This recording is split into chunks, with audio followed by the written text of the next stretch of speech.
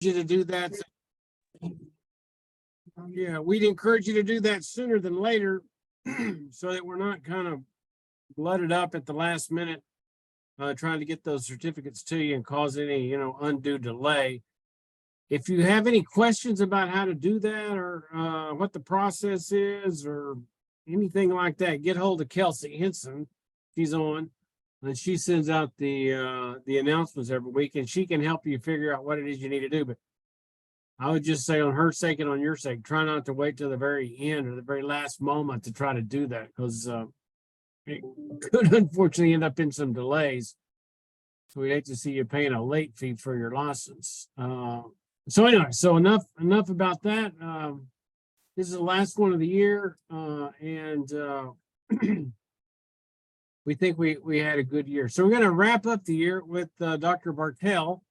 Dr. Bartell, a little bit about her. She's an Oklahoma girl. She was born in Edmond. She attended undergraduate school at the University of Oklahoma. She's a smart one because she got her degree in microbiology, chemistry, and biochemistry. So that doesn't happen by accident.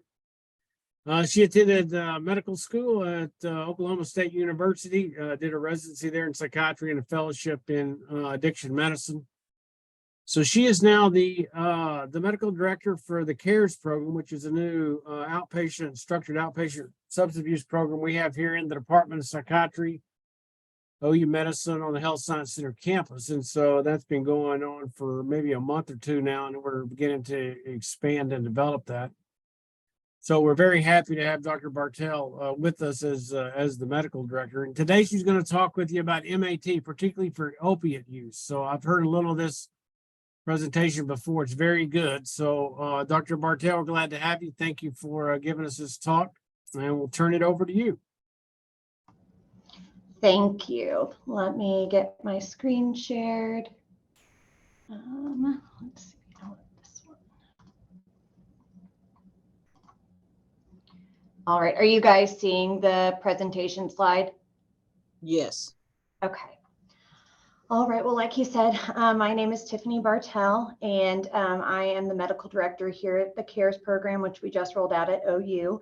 It's a comprehensive substance use treatment program. And so today I'm giving a presentation that's What's This Matter? And it's really discussing medications for opioid use disorder. And I know prescribing is not a common activity for a lot of people involved in this, but I think it's important that everybody involved with the treatment team kind of knows why certain medications are used over others, and different problems or benefits that come with the medicines that we do offer. So as far as learning objectives today, we're going to define what MAT program is and its goals. I do want to take a second to note MAT stands for medication assisted treatment. However, they are leaning towards changing the nomenclature to MOUD, which would be medications for opioid use disorder, and then medications for alcohol use disorder. So they would separate it out by disorder. But a lot of the literature out there still says MAT. So when I use MAT, I'm meaning opioid use disorder medications in this lecture. So just a note on that. We're also going to briefly touch on the history of MAT. We're going to discuss the different roles that methadone, buprenorphine, and extended release naltrexone play in these types of programs.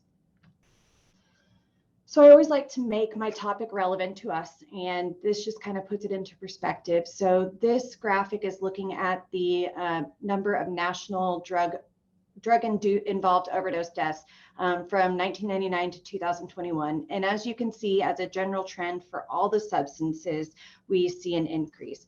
But where I really want to draw your attention is this gray line over here starting in around 2015 and how it sharply increases. This represents the synthetic opioids other than methadone, and the big one is fentanyl. Through my patients, I have learned fentanyl is just in about everything from meth to pressed pills. So we really have seen an uptick in fentanyl use. So it's not surprising that we're seeing an uptick in fentanyl overdoses. Dr. Bartlett? Yes. Bartell, I'm sorry. We can only see the first screen. We can't see the second screen. Oh, let's see. Did that change anything?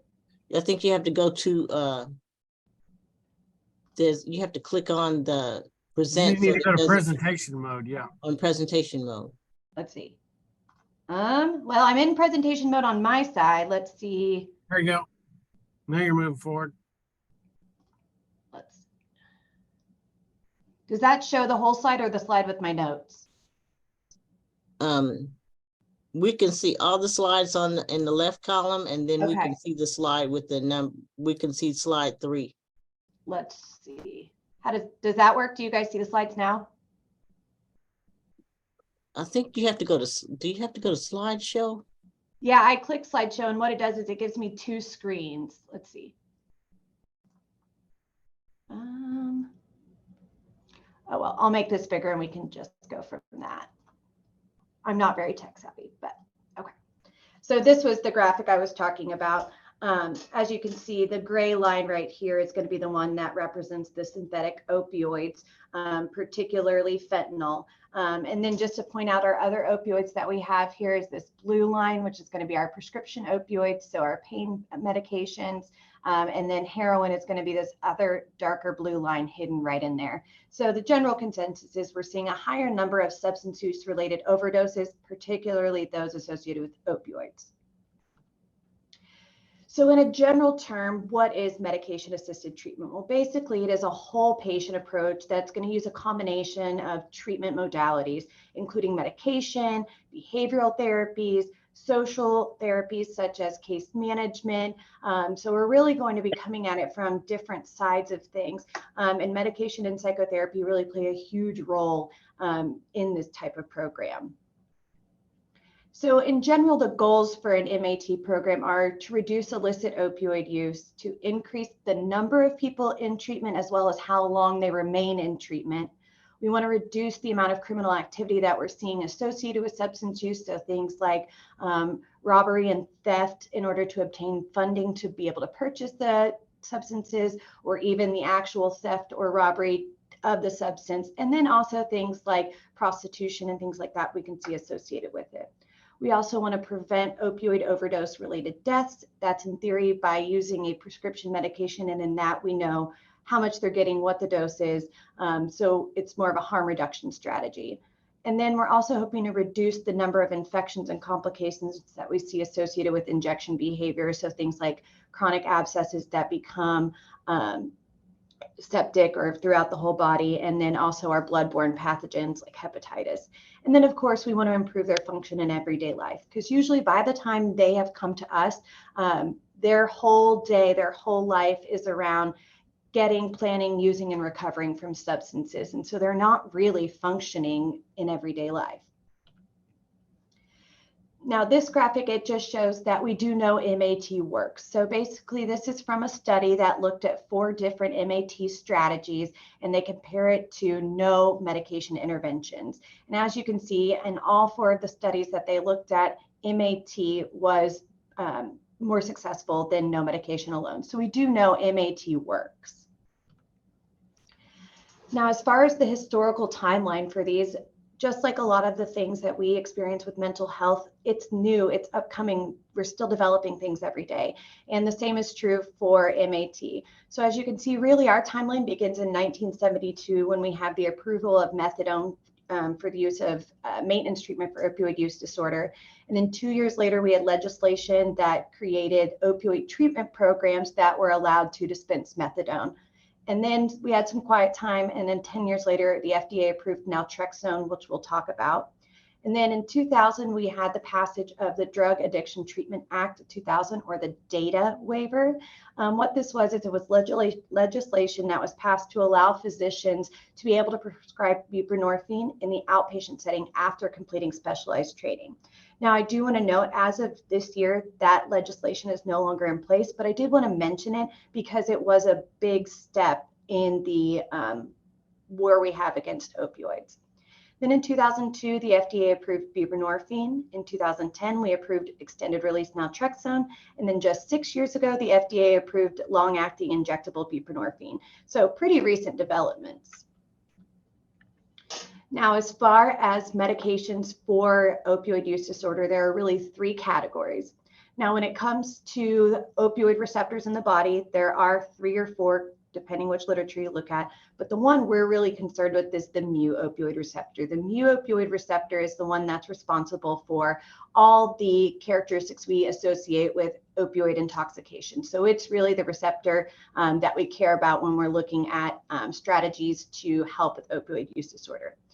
So there's the mu-opioid full agonist, and I'll touch on what that is in a moment. But basically, we've got methadone, then we've got buprenorphine, the combination product of buprenorphine with naloxone, and then we have the extended release naltrexone. So I'm a visual person, so I try and keep things simple when I explain it through visual things. So when I'm talking about a full agonist or a partial agonist, I'm basically talking about how much does it activate the receptor, meaning how much does it make it go. So when we're talking about a full agonist, which is this black line right here, like methadone, what it means is when it binds to the mu receptor, it's going to 100% activate that receptor. And so we're going to see all the characteristics we would expect to see with opioid intoxication. Then when we look at this blue line, we're talking about the partial agonist, which is buprenorphine. As you can see, when it binds to the receptor, we're getting about 50% activation. And so we would expect to see some of the traits we see with opioid use. And then the only other one we're going to worry about is this green line, which is an antagonist. That's where naltrexone falls. Basically, when an antagonist binds, it's not going to activate the receptor at all. It's basically just occupying the receptor and blocking other things from binding to it. So I know it's a lot to take in, but it'll make sense in just a couple of minutes. So like I said, methadone is going to be our full agonist. So we would expect when it is used to look like a full opioid is being used. The reason it was investigated is because early on they found that it blocks the normal reactions of addicts to heroin and permitted them to live a normal life as citizens in the community. And so it really showed that there were things that could help. And so this kind of spurred along the research into medication-assisted treatment. As far as some characteristics that are important about methadone, it is a full agonist at the mu-opioid receptor, what we touched on. It has a very slow onset of action. And this is important when it comes to MAT because, as we know, a lot of our patients are used to that instant gratification, that they use a substance and 10 seconds, 10 minutes later, they're feeling the effects of it. Methadone, that will not happen. It's going to take quite a while before they start to feel any effects of the medicine. And so it's good for opioid use disorder in that we're breaking that cycle of instant gratification with substance use. Another good thing about it, it's got a long elimination half-life, which means it's going to remain in the body for quite a while and continue to exert its actions. One thing we do worry about, though, with it is it can be very easily kicked off of that receptor by pretty much every other thing that could bind to the receptor. So it's not tightly bound.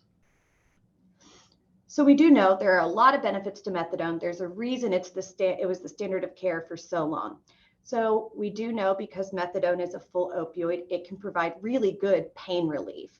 So that's why you may see patients who have severe chronic pain and maybe also an opioid use disorder that are on methadone. And that's because we're kind of doing the two birds, one stone. We're treating the opioid use disorder, but we're also helping with this chronic pain. This medication could be started at any time. And I pointed out here because when we look at buprenorphine, there are certain parameters you have to wait for before you can start it.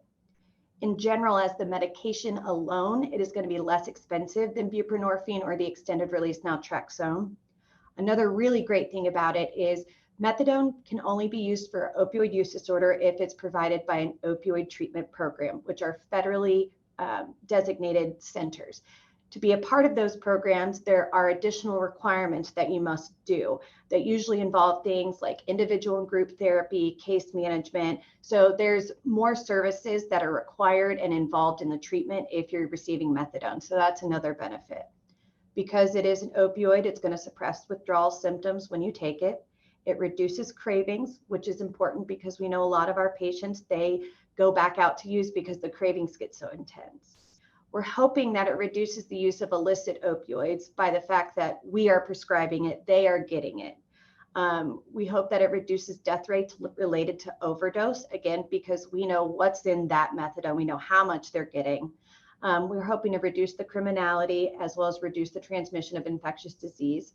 And then we do know that methadone improves retention rates, both how long they remain in treatment and how many people remain in treatment the best. So when we compare it to the other MAT options we have, methadone has the highest number for retention rates. But we do know there are some pitfalls with methadone as well. So methadone, because it is a full opioid, it can cause euphoria at pretty high doses. Also at low doses if somebody's naive to methadone or opioids. But really what we're worried about is this euphoria at high doses, because we're worried that patients that are in those programs could be feigning symptoms or pushing to be put on the high doses because they're chasing that euphoria. Another big concern is that it can cause QTc prolongation, which is an electrical abnormality with the heart. So we do have to be cautious with patients that have a cardiac history. For those patients, we definitely do a baseline EKG, and then we do monitoring EKGs after that. But if they do have a severe cardiac history, it could make them not a good candidate for this medicine. It also has a relatively high street value because it is a full opioid. So people that are naive to opioids or not used to taking strong opioids will get a euphoria or a high from it. There is also an increased risk for accidental overdose. And this is because the therapeutic amount of methadone, the dose that we get that's in the therapeutic range, is very close to the lethal range. And so there is concern for that. Also, it takes time to reach steady state dosing. So basically, it takes some time of the patient being on the medicine before they're going to really feel like the methadone's working. And by some time, it's usually a couple of weeks. There are also lots of possible drug-drug interactions because of the way it's broken down by the liver. So it doesn't play well with a lot of the antibiotics that are out there, a lot of the HIV treatments. And so again, sometimes these patients have really complex health issues. And so being on a lot of medicines could make methadone not a good option for them. Because it is an opioid, we would expect them to go into opioid withdrawal if they stop this medication. I will tell you the withdrawal from methadone is pretty nasty. It lasts for quite a while and it's pretty intense. And then we would expect to see the typical side effects that we see with other full opioids. So things like constipation, respiratory depression, those kind of things. Now, I touched on it a minute ago, but I really want to make this an important point. So like I said, methadone can only be used for opioid use disorder if it's dispensed by a federally qualified OTP. Now, the requirements for OTP are very strict. So the patient for the first 90 days at minimum has to go to the exact same place at the exact same time every single day to be given their medication. And usually it's 6 days a week that they have to do that. And then they're given one take-home dose. Now, if we think about our patient population, this can be extremely difficult. How many of our patients do not have reliable transportation? So getting to the same place every single day at the exact same time could be quite difficult. Also, if we look at geographical locations, a lot of our methadone clinics are in urban areas. And so our patients that live in rural areas, may have to commute quite a while to be able to get to a clinic. Also, childcare. The methadone clinics generally do not allow children to be in the waiting room. And so then people who have children have to find childcare for them, or then maybe we're doing risky behaviors like leaving our kiddos in the car. And then also the keeping a job, needing the time off work. If you think about, our patients that are in rural populations that work out there, they have to take the time to be able to commute all the way in, do the treatment, drive all the way out every single day. And so for potential employers, that can kind of be a pitfall because they are not able to work as many hours. And so all these things make it really difficult to be involved in methadone. And so if we decide that methadone is a good treatment option for our patients, we really want to take into consideration all the things that are required by it. This is just a graphic showing, it's a study that examined buprenorphine versus methadone as far as the percentage of people that remain in treatment. The pink line is going to be methadone. So as you can see, at pretty much every dose of methadone, the percentage of people that remain in treatment is higher. So that is methadone. Are there any questions about methadone?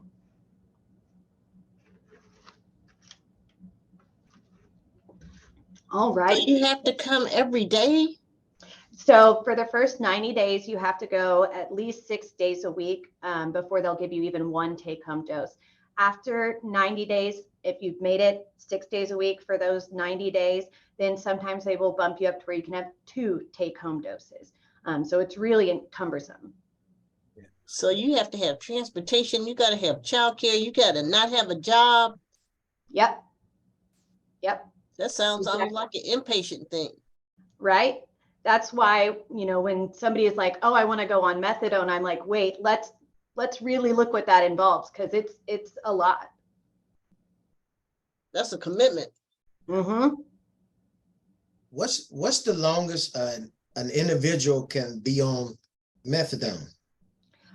So as far as I know, there is not a set number. I know studies have been trying to evaluate how long somebody needs to be on MAT. It could be lifelong, it could be years. I do know at minimum, we recommend that somebody remain on MAT for 6 to 12 months at minimum. Oh, okay. Mm-hmm.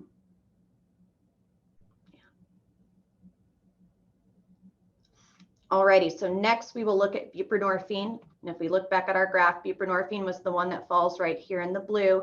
So it makes the receptor kind of act like an opioid, kind of not. And that's kind of the characteristics we will see with buprenorphine. So things we like to know about it is it has a high affinity for the opioid receptor, which means the body really likes it and it's going to bind it pretty tight. So if they've got an opioid in their system and they use buprenorphine, it's most likely that the body is going to say, see ya, to whatever was on the receptor, and it's going to bind the buprenorphine. It also stays on that receptor for quite a long time. So we're seeing its actions in the body for a while, which is a good thing. Then one of the benefits with buprenorphine, it has this ceiling effect as far as respiratory depression.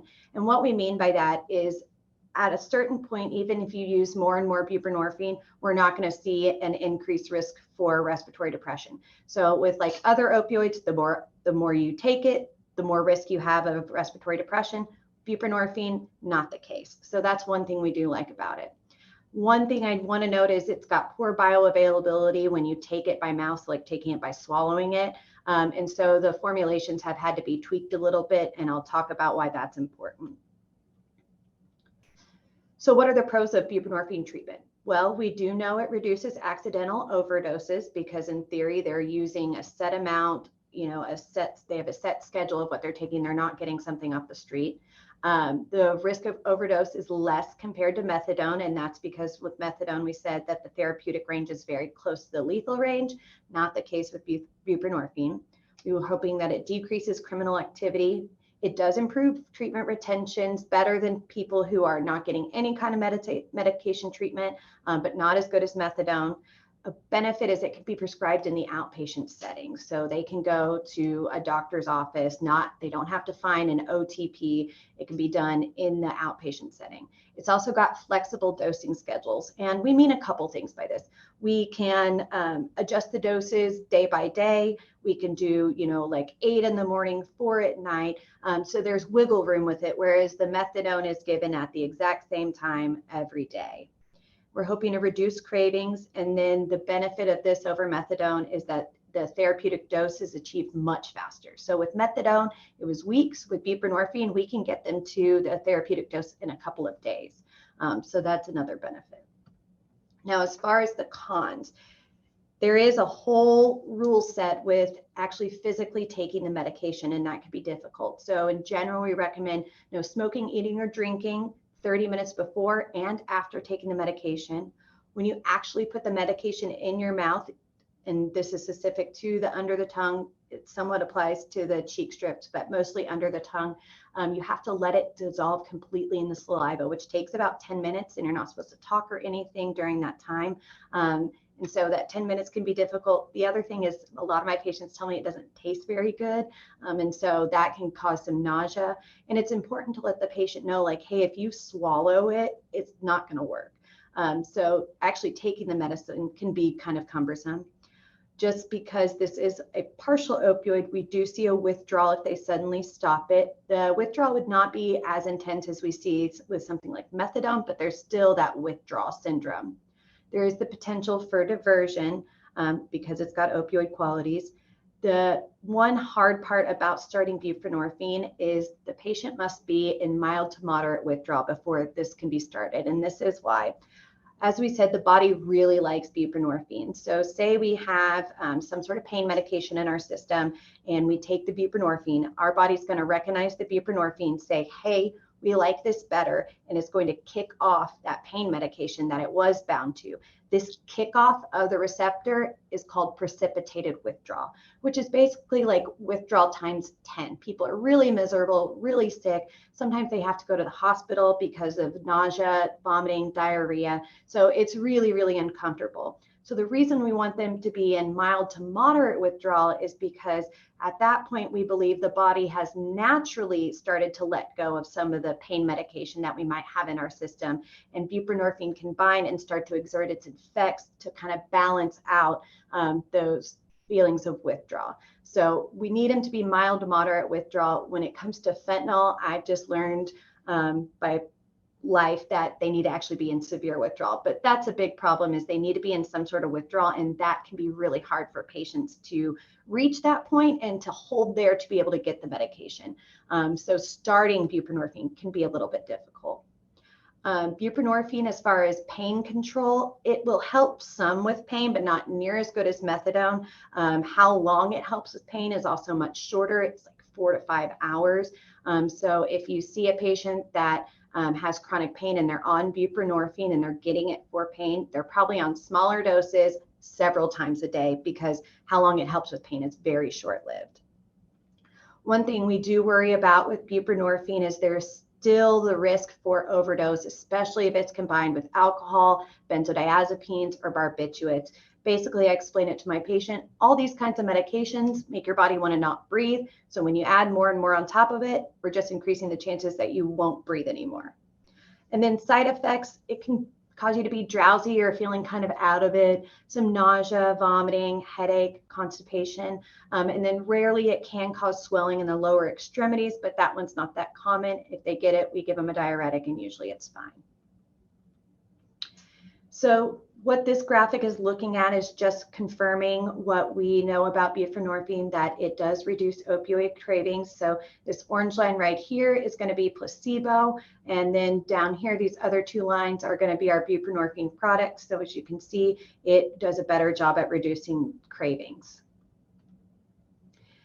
Now, I know another question I get asked quite frequently is what's the difference between the buprenorphine and the buprenorphine with naloxone? And this is kind of a general breakdown for it. So as far as naloxone, why did we even look at it? It's because there was growing concern about the diversion potential of buprenorphine. What was happening is our patients were taking it, crushing it up, and either using it IV or intranasally, and it was causing them to get high. And so there was concerns that people were trying to get buprenorphine just so they could go out and sell it, or so they themselves could use it in that way. And so we looked at naloxone, which is a short-acting opiate antagonist. So when it binds to the receptor, it doesn't do any activity. It basically blocks the receptor.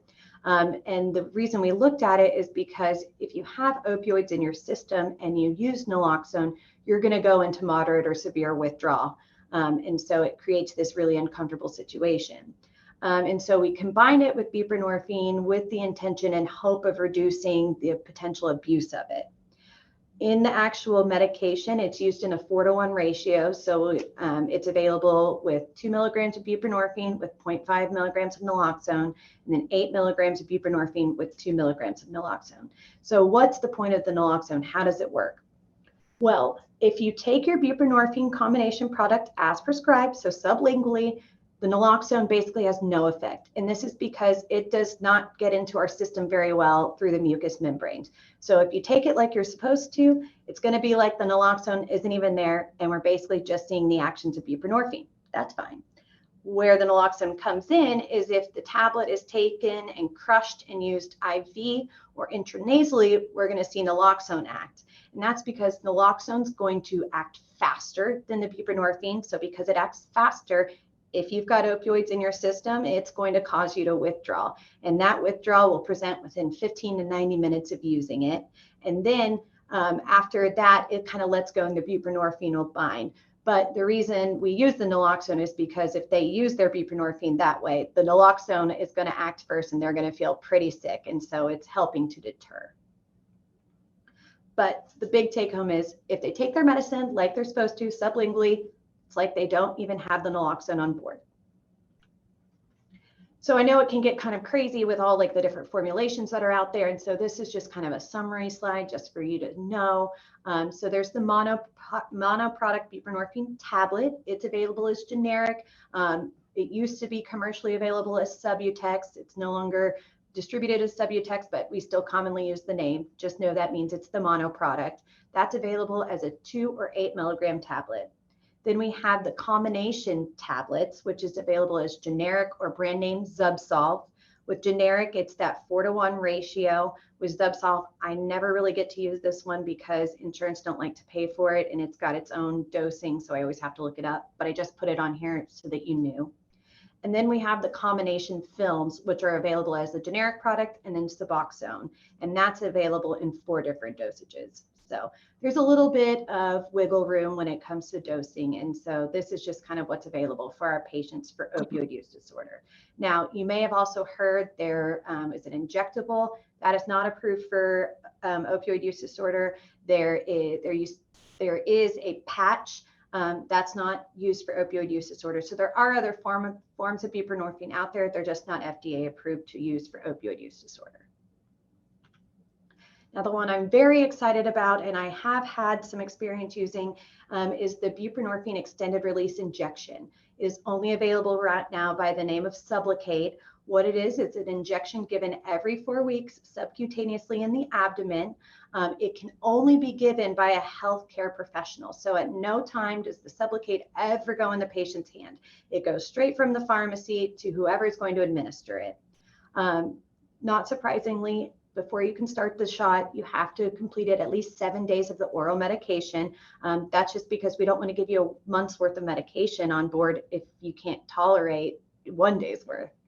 As far as suggested dosing, months 1 and 2, they recommend the 300 milligram just so we can kind of get to steady state. And then month 3 and on, generally 100 milligrams. Of course, there's exceptions to every rule, but it's pretty easy dosing. Things we like about it, it usually takes between 4 and 6 months to get us to full steady state where we're feeling the constant effects, we're getting constant coverage, and that we know after a patient stops taking it, the therapeutic levels will remain therapeutic for 2 to 5 months afterward. And so that's why it can be used as a medication to help taper off any kind of buprenorphine products. So I'm really excited about it. There's also a copay assistance program for it to make it more affordable for our private insurance patients. And then for Sooner Care, they do cover it with the right wording. So it's a really great option that's become available to us. So I know somebody asked earlier, how long should somebody be on treatment? The answer is we're not completely sure. So this study, what they did is they looked at patients who were involved in programming, so both psychotherapy and medications. In this top line here, you can see that patients that were maintained on buprenorphine in treatment tended to remain in treatment for longer. When we compare it to patients that were tapered down off of the medications, we see that in general, they fall off. So we do know that being on medication does help keep people in treatment. So that is buprenorphine. Any questions about buprenorphine?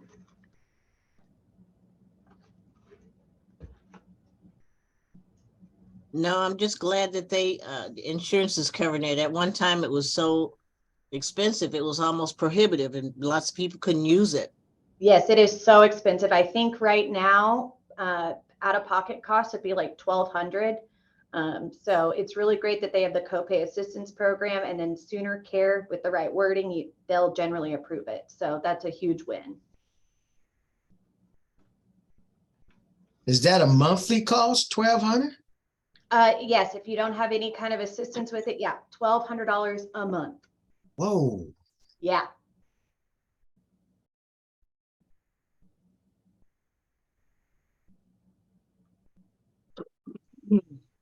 All righty, so we'll look at our last medication, which is going to be the extended release naltrexone. Now, I want to just point out here, I specifically talk about the extended release naltrexone because that is the one that is FDA approved. There is also just oral naltrexone that I do use as well, but since I'm talking about FDA approved ones, that's why I talk about the injection. So going back to our graph, when we look at this medication, it's going to be the green line. It's going to be the antagonist. So basically it's going to bind to the receptor and just hold on to the receptor. We're not going to see any activation. So it's basically blocking the receptor from binding anything else. So the extended release naltrexone injection is available under the brand name Vivitrol. It is also a once a month injection. It is actually given in the tush. Things that are important about it, because it's an antagonist at that receptor, it's going to block the euphoric effects of any opioids if you use it. So if you've got the Vivitrol or naltrexone in your system and you use an opioid, more than likely the body's going to just ignore that opioid. And so it's supposed to kind of break the addiction cycle, because it's like, why bother? I didn't even get a high from it. Our body really likes the Vivitrol or naltrexone. And so that means it might choose to bind that naltrexone over some other opioids that we see. So that could cause withdrawal. It's also got a longer half-life than naloxone, which is beneficial because we want it to hang out for as long as possible. So what are some of the benefits of being on this medicine? Well, we do know that it prevents overdose due to opioid blockade. So basically, if it's in our system, our body's going to be holding on to it tight. And so if we use an opioid, our body basically ignores it. And so we're not getting any effects of the opioid, so we're not getting the risk of overdose. Now, do patients try and outdo it? Yes. And can it be outdone? Yes. If you use enough, it's going to overdo it. It improves medication compliance. This is compared to if you were just using oral naltrexone. With that treatment regimen, they found that the biggest issue was people not taking it every single day. So, of course, having an injection that's only given once a month would improve compliance, because it's a once a month as opposed to an every day. Wait a minute, let me make sure I got this on. Somebody have a question? No. Because this has no opioid type properties, if you suddenly stop taking it, you will not withdraw.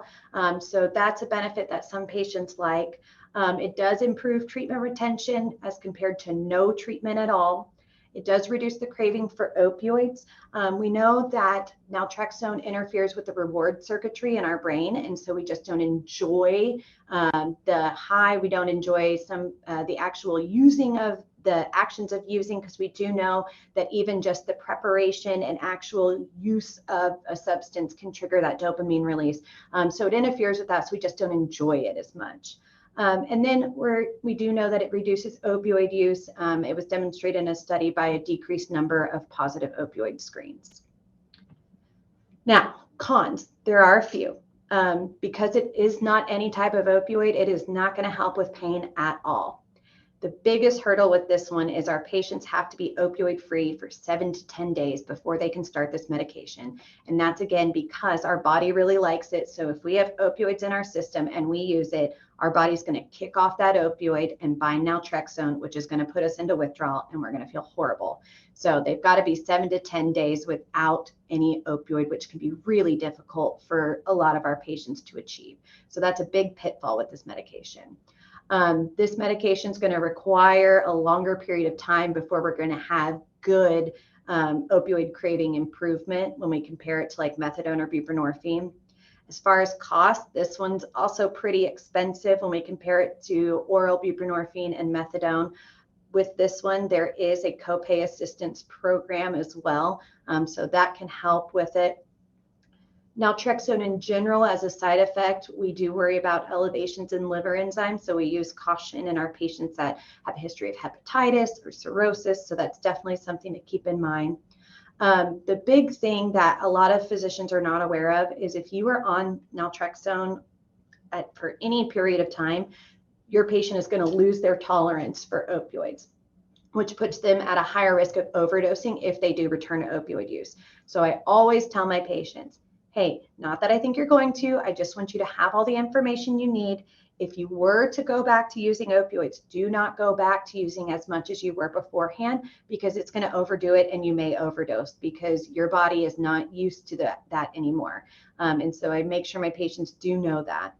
As far as side effects, we see GI upset, mostly like diarrhea, some nausea. We see fatigue and insomnia, and then pain at the injection site. My patients tell me it burns, and so we used to keep ice packs to put over the injection site. But overall, it was pretty well tolerated. So you might think, well, who can use this medication. A lot of our patients can't make that 7 to 10 day window.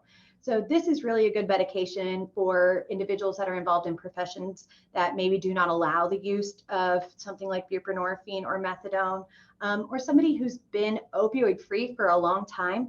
They just have that continued worried about relapsing. And so they feel better having something on board that would have a negative reaction if they were to relapse. And so they kind of use it as a safety backup. So those would be good populations that this would be good for. So looking at our graphics here, this just looks at the number of patients that were opioid free. And so as you can see, blue is going to be no medication, red is going to be our injection. And as you can see, in general, we've got higher numbers of patients that are opioid free if they're on the naltrexone injection. This again just looks at our craving reduction. Blue is going to be no medication. Red is our injection. And as you can see, we have pretty significant changes in our craving score. So another common question is, how do I know which medicine to choose? You know, are they all as good? So that's what a study that was done by Lee and his colleagues looked at. It compared the combination product of buprenorphine naloxone with the long-acting injectable naltrexone. And it found a couple of things. So it did find that the extended release naltrexone is much more difficult to get patients started on compared to buprenorphine, which makes sense. You know, to get started on the injection, you have to be 7 to 10 days without opioids, whereas buprenorphine, it can be 6 to 24 hours, so a much shorter period. As far as numbers for this, 28% of the patients that were put into the extended release naltrexone arm dropped out before they could even be started on it, whereas only 6% of the buprenorphine group dropped out. So pretty stark differences in numbers. And we do know that all of those induction failures led to relapse. So a good chunk of people relapsed. But we did find something positive from this. We did find that if the patient could get started on either of the medicines, the response rates were really similar as it's related to the rate of relapse, how many people stayed in treatment, the number of opioid negative urine drug screens, how many days they went without opioids, and the number of days they had opioid cravings. So we know it's harder to get them on the injection, but once they're on the injections, we would expect to see results that are similar to being on buprenorphine. So that was pretty positive. And then this again just shows that our medications are going to decrease cravings. So any questions about anything I talked about or MAT in general?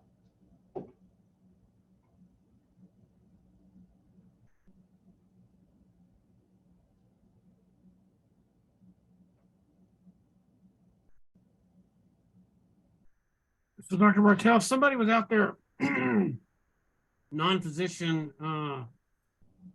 treating somebody who had an opiate problem, so what would they do like to get them to Suboxone prescriber, or somebody who's had alcohol and needed naltrexone or something like that? I mean, how would be, do you go to your primary care doctor? What kind of physician do you go to, and how do you get there?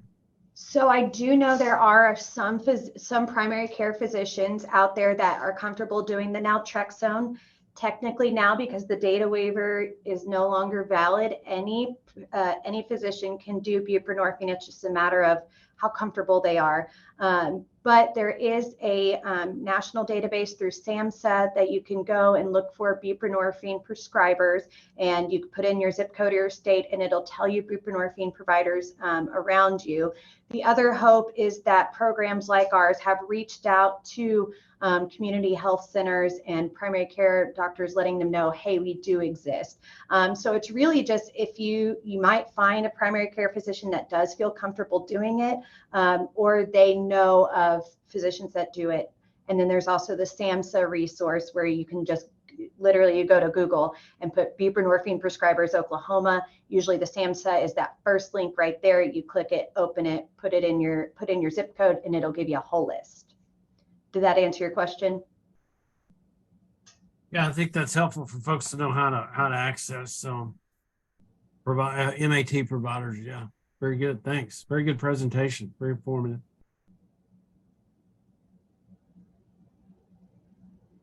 Any other questions for Dr. Bartel or comments? So we got a minute or two here.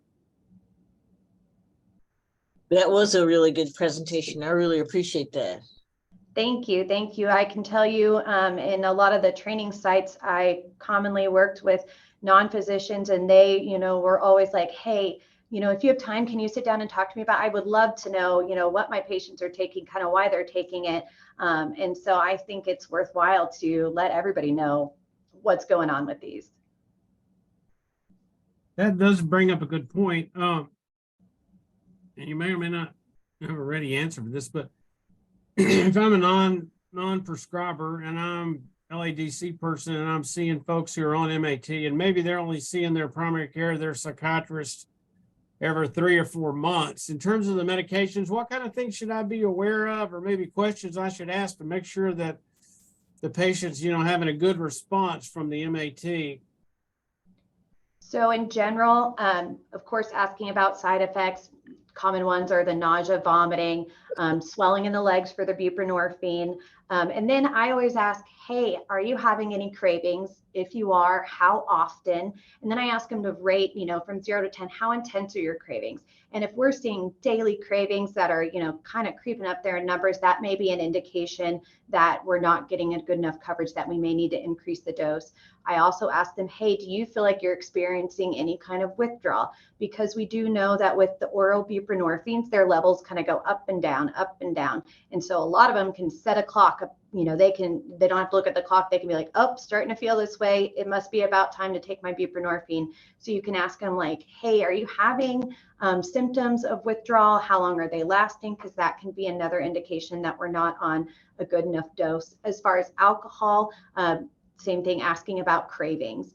So just kind of some of our symptoms that are even related to use. You can also ask them like, hey, have you been having any of those thoughts about planning about using, or things like that. Now, it's not uncommon to see using dreams, things like that when they're just into recovery. I always tell my patients, hey, don't worry, your brain is not broken. It's just we know that happens, and that's okay. Okay.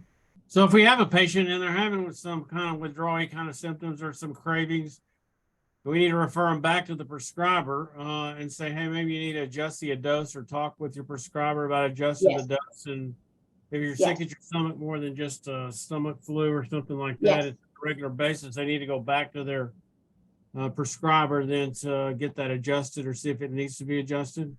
Yes. And if they are with a good prescriber, generally for the first year, I would say I prefer to see my buprenorphine patients every month, whether it's tele or in person. So hopefully they're not going long periods of time between if they're kind of new to these medicines. That's a good thing. Good for us non-prescribing folks to know. That's very good. Thank you. Well, what else? Anybody else got an idea? Question, comment before we go? All right, guys. I enjoyed the year. It was fun putting on the CD seminar for you. I hope it was worthwhile. If you're trying to claim some certificates, try to do that early and get a hold of Kelsey to help you with that if you need the help. Otherwise, have a safe, good summer, and we'll see you back here in September for a new year. Thanks a lot. Bye-bye. Thank you.